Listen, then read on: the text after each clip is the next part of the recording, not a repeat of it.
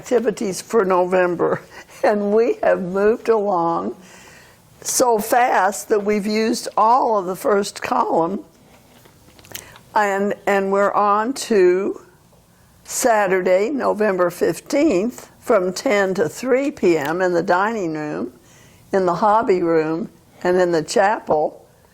We have our annual Christmas holiday bazaar. Spread the word to all your family and friends. Let's make this a spectacular event. And parentheses, if all of those rooms are completed. But I think Christina has assured us that it's going to be enough for, we have 15 people who are not residents of Manzano, but who live out in the city, and they have applied for a table. So we certainly don't want to disappoint them. And it'll be fun to be out and about after our shut-in. And then on Sunday, November 23rd at 1 p.m., I will be taking those that signed up and brought tickets to see our very own chaplain, Rachel Hance, perform in The Sound of Music. And I understand that her vehicle is absolutely full, but if people still wanted to go, I'm sure that they would figure out some way to get them there. Wednesday, November 26th at 5 o'clock p.m. is our Thanksgiving dinner. It's time to let your family and your friends tour our beautifully renovated home. And that, Christine says, my wonderful darlings, brings us to the end of November. I hope you all give thanks for the blessings that you are given, and always be humble and kind. Signed, Christine Suppas, who is our activities director. 2, we have an article by Mary Gruby entitled The First Thanksgiving. The first English people, in search partly of religious freedom, sailed from England toward northern Europe in wet winter weather, a difficult journey in one overloaded ship, the Mayflower. Finally, land was sighted, but they could not get to it due to 3/4 of a mile of shallow water. Finally, they sent some men ashore waiting to look for land where they could build, plow, etc., which they did, but not wood to build with, so they decided to travel downstream a ways and try again. It was mid-November. Already cold was settling in. Numerous were getting sick and some dying, having nowhere to get warm or shelter from the biting cold, snow, hail, etc. It was in this general weakened state that they encountered Indians, who were extremely wary due to previous encounters with white people who had shot and killed their people. The Indians mostly stayed in the forest and kept their distance. The English searched and searched for fresh drinking water, which they desperately need and finally found. After more searching, they found a basket of dried corn and another of fresh corn. They decided to leave a kettle for the corn. Everywhere they found food and seed, they left in exchange things from England, especially metal, which they saw no evidence of here. After more sailing downstream, they found a good place to settle and many wonderful fish and fowl and herbs growing in winter. They could not build then due to cold, stormy weather, in addition to difficulty finding wood. Numerous pilgrims became sick from exposure that winter and died. Babies were born dead. When the Indians came, they saw no harm. They were not trying to harm them, and they became more visible. They knew what the settlers would need to survive. The settlers cooked food and gave some to the savages, also some tools and coats, as the weather was cold and the Indians had hardly any clothing. They caught fish, waterfowl, turkey, venison, and put dried herring in the ground for fertilizer, as did the Indians. Then before the next winter, the Indians killed venison, and the settlers brought waterfowl, and they had a feast together, the first Thanksgiving, thanking God for shelter, enough to eat, and now peaceful relations with the Indian. And with your permission, I'd like to carry on a little bit from what she has submitted. I'd like to remind you that we celebrate many holidays, too numerous to mention, but I'm not here to identify holidays.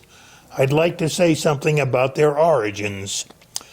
Many were brought to this country by immigrants who brought holidays with them from their homeland. St. Valentine's Day, St. Patrick's Day, and even Halloween, which derives from the Celts, who were the very early settlers of what we now call Ireland.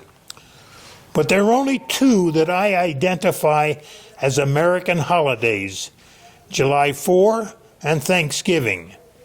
And if you're wondering why I do not include Veterans Day, it is because it's just a renaming of Armistice Day, which was a World War item. Getting back to the two I named, July 4 and Thanksgiving, unfortunately, I think if you stop 10 people on the street and ask them what is the first thing that came to their mind when you said July 4, probably 9 of them would say fireworks. Maybe one of them would say it's the anniversary of the signing of the Declaration of Independence. Now, which brings us to Thanksgiving. There's historical evidence to support the narrative in the apple barrel, but it takes more than that to have a national holiday. So I'd like to continue where this narrative leaves off. The first declaration of Thanksgiving in the United States was by George Washington in 1789, and it had nothing to do with Pilgrims and Indians. It was in response to a congressional joint committee that moved that a day of Thanksgiving be held to thank God for giving the American people the opportunity to create a constitution to preserve their hard-won freedoms. Washington responded by issuing a proclamation that the people of the U.S. observe a day of public thanksgiving and prayer on Thursday, November 12th, 1789. Technically, this was a secular holiday, since our government does not issue national religious holidays. But the story doesn't stop then. The next three presidents collectively proclaimed at most 2 days of Thanksgiving, and Thomas Jefferson declined because he believed it was a conflict of church and state to require American people to hold a day of prayer and thanksgiving. President Madison proclaimed a day of Thanksgiving in 1815, and that was the last such proclamation until President Lincoln, who did so in 1863, again giving thanks for a military victory at Gettysburg, and also succumbing to intense pressure from a woman activist by the name of Sarah Hale. Since then, Thanksgiving has been celebrated on the Thursday of November. That's just a continuation of what Mary has put in here. The second thing, I wish I could sing, but I'm sure everyone will remember this. Remember Perry Como. And this was a signature song of his that when I listen to him on radio, I know he used to sing every Thanksgiving. And I'll say it because I dare not try to sing it. Bless this house, O Lord, we pray. Make it safe by night and day. Bless these walls so firm and stout, keeping want and trouble out. Bless the roof and chimney tall. Let thy peace lie over all. Bless this door that it may prove ever open to joy and love. Bless these windows shining bright, letting in God's heavenly light. Bless the hearth a-blazing there, with smoke ascending like a prayer. Let bless the people here within, keep them pure and free from sin. Bless us all that we may be fit, O Lord, to dwell with thee. Bless us all that one day we may dwell, O Lord, with thee. Written another article called Nothing of Life is Predictable. When my mother was 99, she lost her sight and hearing, and that jettisoned her into... Okay, start again. Yes. All right. Mary is writing about her mother.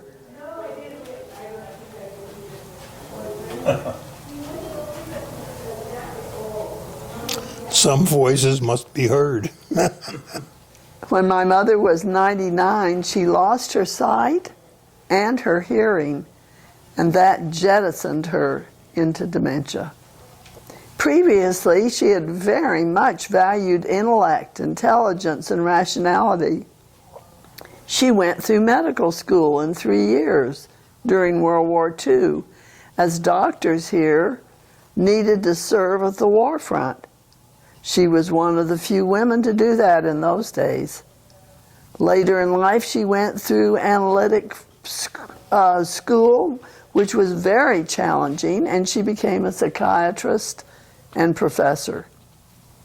But in dementia, she didn't know what was happening or the significance of that.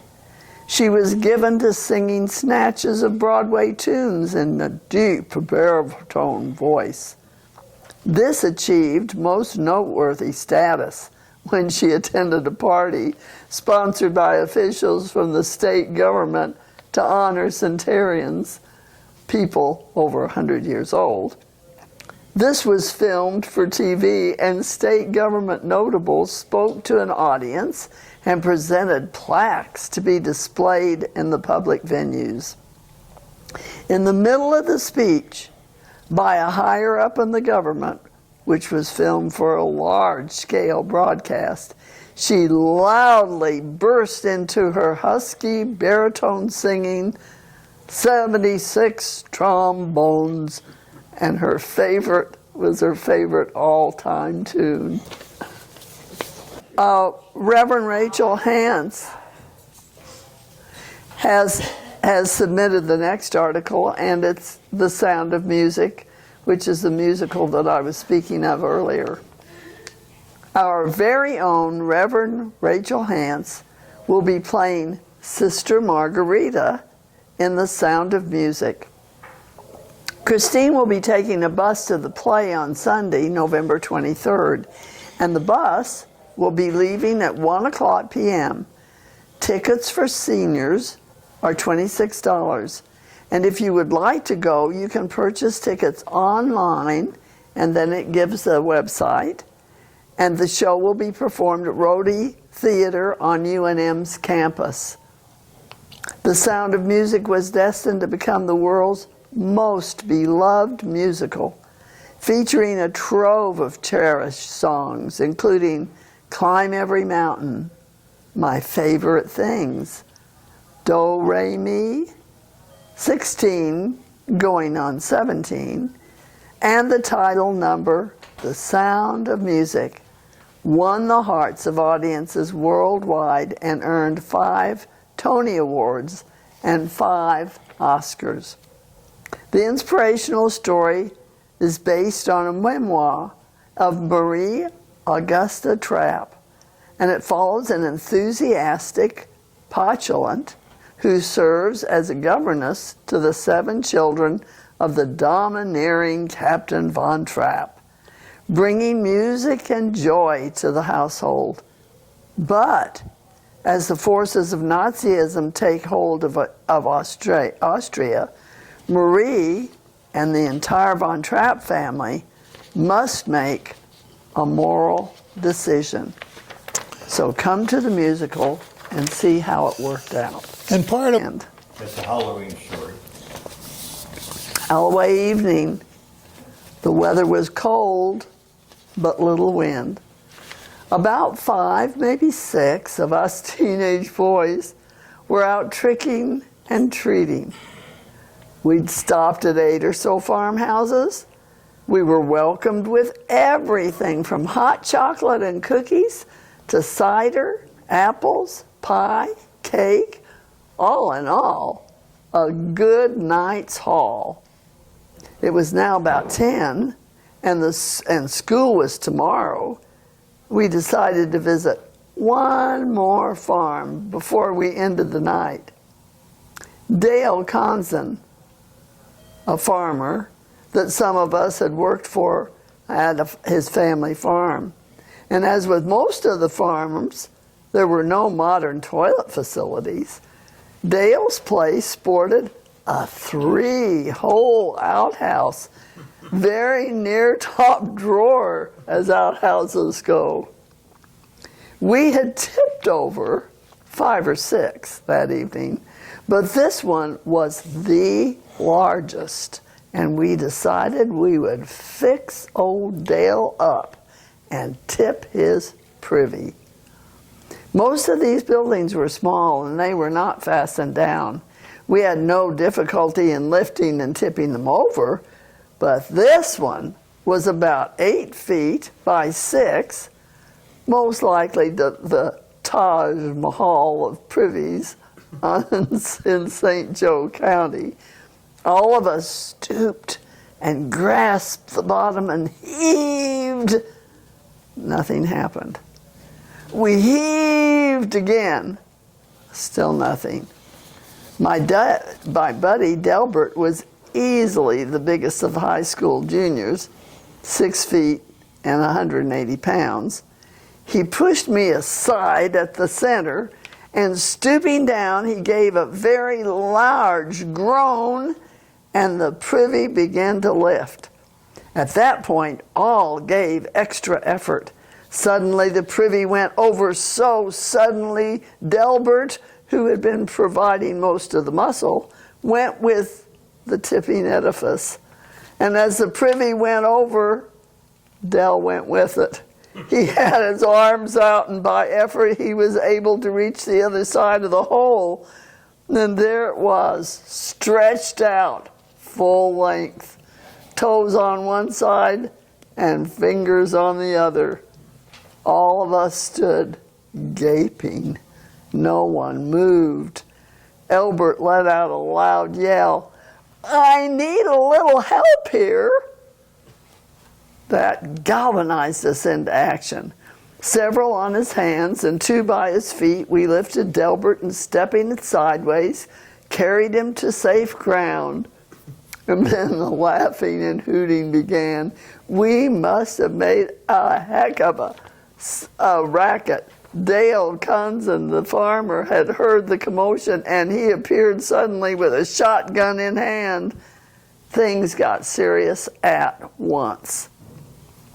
Now Dale, like most farmers of that time, expected privy displacement on Halloween. He grinned as he said, "Boys, you're supposed to be quiet when you're tipping privies. You woke me up. What's all this laughing about?" When we told him about Delbert, he roared with mirth. "The next time I dig a privy, I'll make the hole about 6 inches wider." We helped Dale that night to right the privy, and it suffered no harm. As we left, we could hear Dale laughing. Delbert and I would bring up this incident every fall, and it never failed to make us laugh. The These are tree jokes. Says we all need a little humor at this time. You can either chuckle or groan on these jokes. What do true trees do if their bank is closed? They try another branch. How do trees get on the internet? They log on. How do trees get ready for a date? They spruce up. I invite you to submit something funny for the Apple Barrel, and that's written by Ron Friedrich.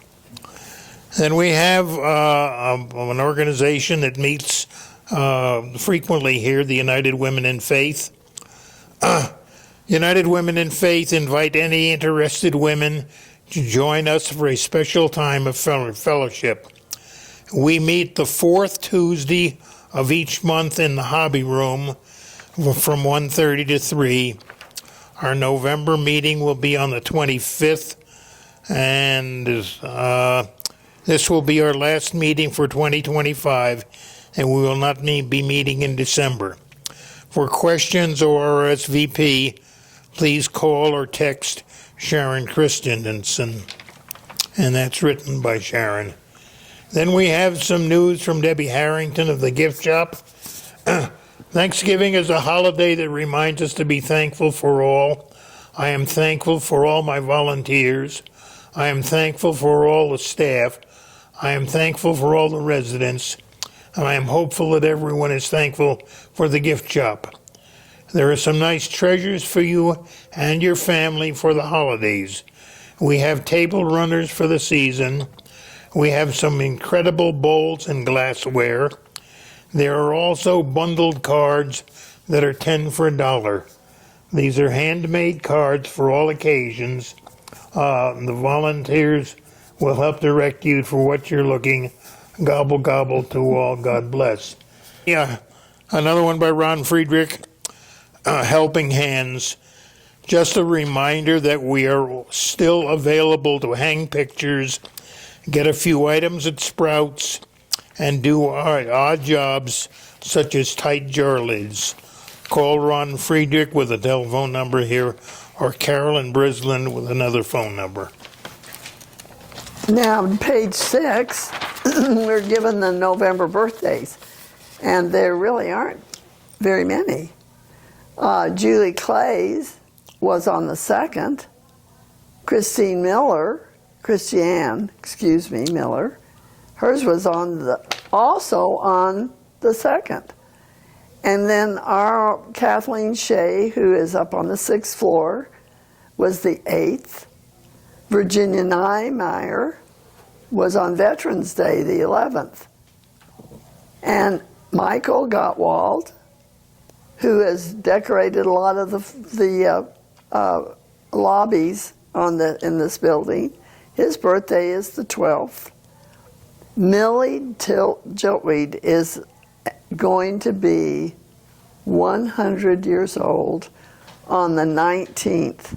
And she's very, very concerned that this building get renovated and finished by the time, because she has a wonderful party coming.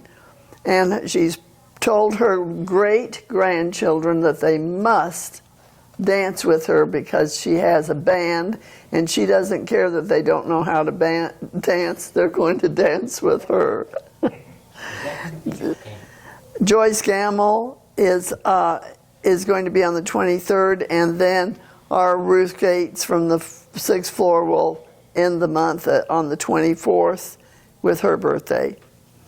Artemis and Arlene Marty are having an anniversary on they already had it on the 1st of the month. And Wilbur and Audrey Jan are going to be celebrating their anniversary this month on the 26th. So Perla Martinez submitted a prayer of thanksgiving, and this is how it reads. Let us remember that we're in the holy presence of God, loving Creator. We ask for strength, and you gave us difficulties to make us strong. We ask for wisdom, and you gave us problems to solve. We ask for prosperity, and you gave us purpose and brains to use. We ask for courage, and you gave us fears to overcome. We ask for patience, and you gave us situations where we were forced to wait. We ask for love, and you gave us troubled people to help. We ask for justice, and you called us to be just and to lead with integrity. Lord, we've received nothing that we asked for or wanted, and yet we received everything that we needed. And for this, we give thanks. And Perla says that this was written and offered by Dr. Colleen Highness. And it is entitled The End of Old Age, Erickson, Stages 8 through 9. And this is written by Thomas Samuel. I recently read the book The End of Old Age, Living a Longer, More Purposeful Life by Mark Agronin. My evaluation is that this book is a good read, particularly for those of us, residents and staff at Manzano del Sol by Pure Health. For me, more important was that the book introduced me to Eric Erickson and his wife Joan and their psychological model of the life cycle. While their model has 9 stages, I am most interested in stage 8, age 65 years and up, and even more in stage 9, extremely old age, 80 plus years. He should come here. Okay. Stage 9 was expanded by Joan Erickson, Eric's wife, and collaborator by introducing the 9th stage. This stage describes how elderly individual must confront new and intensified psychosocial conflicts due to physical decline, dependency, and loss of societal roles. This brings me to how I chose Manzano del Sol. He apparently is a resident. Mm-hmm. I do not want to live, though I am 25, 45, or even 65. I fully understand that my life is now one of increasing dependency. I have a long relationship with Manzano del Sol as Good Sam. I supervised students in their practicum at Good Sam in Louisville, Kentucky in the 1990s. In fact, one of my students, perhaps not one at Good Sam in the 1990s, is currently president of a retirement community in Kentucky. For me, in the year 2025, 84 years for me and my current life at Manzano del Sol by Pure Health, it is the staff I trust and the reason I am here. Sometime in the all-too-near future, I will be even less independent and need more care. Some of that care will hopefully be provided for me here at Manzano del Sol by Pure Health. I may need individual care in my apartment for my physical limitations, but I will still need care by all the caregiving staff of Manzano del Sol. The courtyard view from my balcony, my cleaned apartment, cleaned hallways, the repaired running toilet, the hot water from my shower, the security to keep me safe, needed transportation, the internet for my computer, my watch, my phone, my TV, my newspapers, my finances, my medical appointment, my family itself. That is, for me, the best example of my confidence in this caregiving staff. The last month, it seems so much longer, has been difficult. I often scream at the router, but soon I remember who is working to ensure I have internet service. It is what I describe as Manzano del Sol caregiving staff. I know that they are making the max effort to fulfill my needs. I understand caregiving on a personal level. I was the primary caregiver for my beloved wife for the last 5 years of her life. I know often I looked for a thank you. I did get them, but not immediately. I want to thank the staff for making Manzano del Sol by Pure Health. You are the reason I am here. Yes, thanks for new paint, new furniture, and electric fireplace, but it is the staff. And again, this is written by a Thomas Samuel. Keep your eyes peeled for a curved-billed thrasher. She is frequently called the Bird Lady of Manzano, having published or co-published a book on birds. Judith knows everything about birds. She's so much fun to talk with. If you get a chance to meet her, then just ask her what you should be looking for today in the garden, and she'll tell you immediately.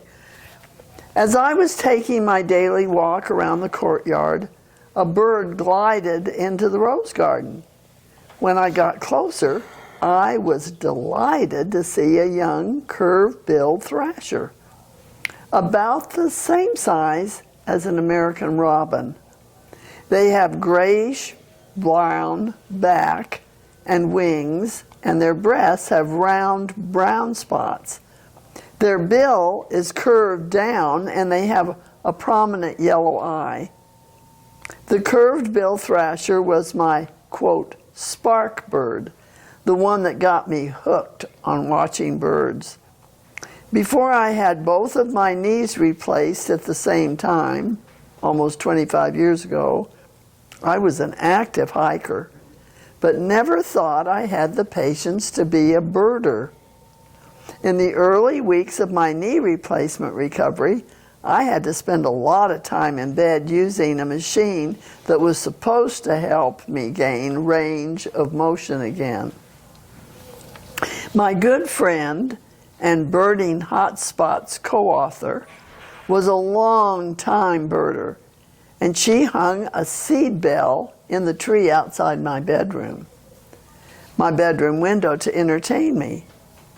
I got interested in watching the birds and trying to identify them, all house finches and house sparrows, so Barb decided to add a suet feeder. As I was gazing out the window one day, a curved-billed thrasher stopped by to sample the suet. "Whoa," I explained, and reached for the field guide. I discovered on my bookshelf that it had belonged to my dad, and here was a bird that was not small and drab. Maybe there were more interesting birds out there. I discovered that watching birds was a good activity for someone who was learning to walk all over again and had to go slowly. When I retired a few years later, I spent a lot of time in the foothills near my home looking for birds. In the foothills, curved-bill thrashers make a cup-shaped nest in the middle of a cholla cactus. In my neighborhood in the far Northeast Heights, a curved-bill thrasher made its home in a pyracantha bush along the bike path, along the arroyo that ran behind my home.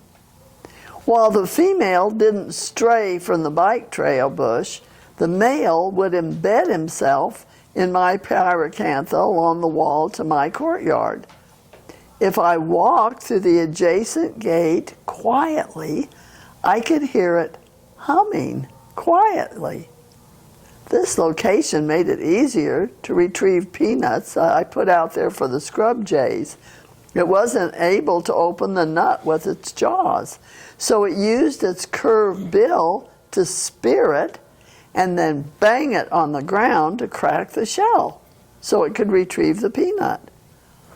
I suspect that our curve-bill thrasher nests somewhere in the pyracantha bush that lines the outside of our perimeter wall, although I've heard one calling in a yard across Roma. I hope you have a chance to spot and enjoy this delightful bird. And it was written by Judith, so be on guard looking for the curved-billed thrasher. Edwina has submitted a little poem that she wrote. I woke up this morning determined to drink less, eat right, and exercise daily. But that was 5 hours ago when I was younger and full of hope. Here's one by the international group, Joe Morris, and in this case, she's speaking of Italy. Joe started, and this is a review apparently of a presentation that she already gave. Joe started with a brief history of Italy in the late 1800s, when Italy became a consolidated country. Various Italian states were consolidated through a combination of warfare, diplomacy, and popular movements. Lombardy and Venetia were under Austrian control, and the Papal States were separate from the others. In 1871, the Kingdom of Italy was officially proclaimed. The Pope received the Vatican, but it was not finalized until 1929. The official language, Italian, was developed from Tuscan, particularly the dialect from Florence. The language had gained prominence in the 13th century thanks to writers like Dante, and you all have heard of his famous Dante's Inferno, which laid the groundwork for it to become the modern standard Italian. In the 1920s, Italy experienced the rise of fascism under Benito Mussolini, who became prime minister in 1922. Mussolini intended to re-establish the Roman Empire.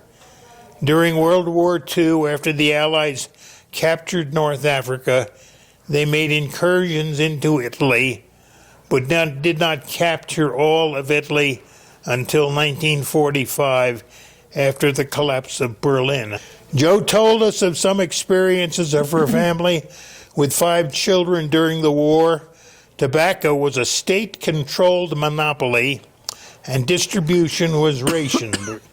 Jo's brother, who was only 4 or 5 years old, but was mistakenly classified as an adult. Thus her family received double rations and could bargain for other needed items using the surplus cigarettes. The Germans had mined the orchards and agricultural fields when they exited Italy, and thus the farmers could not get to their crops. Jo was told later that to get food, her father would go first into the orchard or field and tell her mother to carefully follow his steps. During the bombing, the family would spend time in the basement under their apartment. There was no water or gas, so wood was collected and used for fuel. Later it was discovered the water the family used was contaminated. When the Allies took over after the hanging of Mussolini and his girlfriend, things started to change, and I'm sure you all remember seeing the pictures of Mussolini's girlfriend hanging by their feet upside down in the square. An interesting note is that Jo first learned of chewing gum from Americans after the war. Jo went to a high school in Florence. Her school was just a block from the studio where the statue of David is displayed. Regarding the history of Florence, Jo told us of the influence of the Medici family, then Lombardo da Vinci and Michelangelo, and other figures such as Raphael, Donatello, and the guilds. Then Jo talked of the famous painting in Florence such as The Last Supper, The Doors to the Baptistry, and San Giovanni, featuring scenes from the Old Testament, which Michelangelo nicknamed them the Gates of Paradise. Then she told the story of Da Vinci taking the Mona Lisa from Florence to France in 1516. He took the painting with him because he did not consider it finished. At his death, the painting became the possession of the French monarch and still resides in Paris. In 1956, Joe's family immigrated to the U.S., where an uncle lived in Cleveland. Joe had taken English in high school in Italy. The ship's trip to America was like a cruise to various European cities, Canada and New York. Joe's English was not perfect, so in sending her uncle a message as the family in New York, she looked up arrivederci, meaning hello, but later found out that it meant goodbye until we meet again. Her uncle made it work. Her uncle, who was a contractor, helped the family find jobs. Joe worked in medical labs. She went to Case Western Reserve in the evening and received a baccalaureate degree. Joe moved to Albuquerque in 1970. She was employed in the lab until she retired. In November, the international group will return to France. Christine and her husband, Gary Miller, will present about her life as an infant during World War II, later in the American presence in her village in France, and her immigration to the U.S. and marriage to Gary. It was written by Tom Samuel. Our next article was written by our Chuck Namath on low vision activities, and this is a new organization that has been put into effect, and they are meeting. They're called the MDS Low Vision Group, and they meet on Monday, October 20th, in the garden. We missed it, but I want you to know about it. Juan Hano of the New Mexico Commission for the Blind was their guest speaker. And he covered the assistance programs offered by Commission, among which is a visit to all who desire to provide access stickers on appliances and other devices. The Commission also offers to visit buildings to recommend and provide low vision aid to such places as elevators, etc. This will need to be approved by our management and is already in process. And that's excellent, because I imagine there would be something in the elevator which would have directed Mary Grace to the button which you push to phone. She could not find that. Another reminder. And then in January, on January 2nd, which will be a Friday, will be your first meeting of the month. That's Okay. yes. And hopefully we'll have an opportunity to remind you again of that. Mary Lombardo has written about the string quartet, and we do have a chance to get to that one, because that will occur on the 22nd of this month. Generally, Sundays are quiet at Manzano del Sol, but not Saturday, November 22nd. If you come to the chapel at 3 o'clock on that day, you'll be in for a treat. The string quartet, which gave us a delightful Christmas concert last year, will be back performing for you. And several people saw that, and they said they will not miss this concert, because that was such a wonderful experience. This time, they will be performing Baradin's String Quartet No. 2. If you're familiar at all with that work, you will remember the popular songs that were taken from the melody: Baubles, Bangles, and Beads, and This Is My Beloved. The second piece they will present is Mendelssohn's Opus 44, No. 1. The quartet is comprised of one violinist who plays for the New Mexico Philharmonic, a cellist, and a violinist with the Albuquerque Philharmonic, violist. and a talented violinist who is a dentist.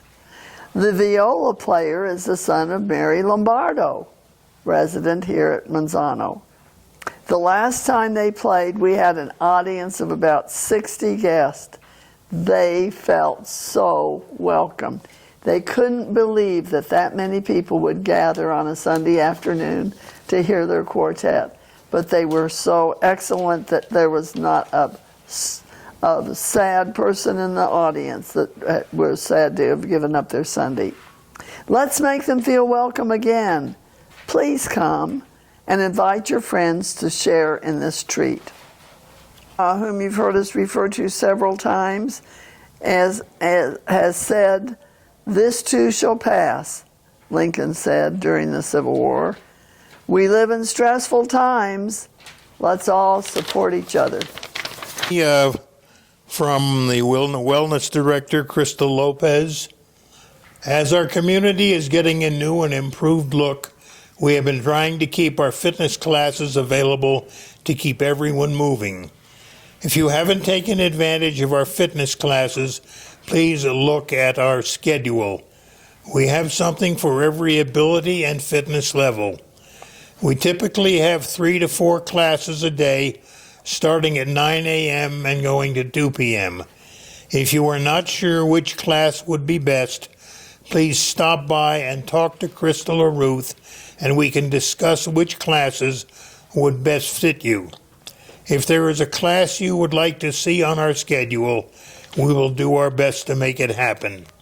If you have canceled your membership for the duration of the remodel of the Wellness Center and would like to come back, please let Crystal or Ruth know so we can sign you back up.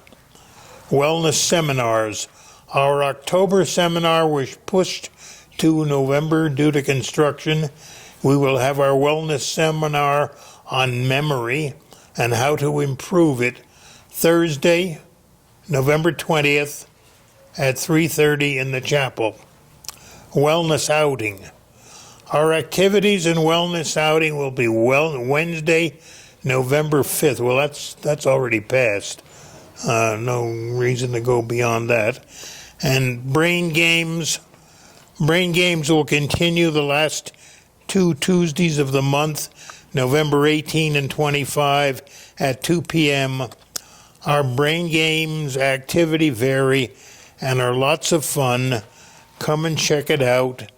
Crystal Lopez, Wellness Director.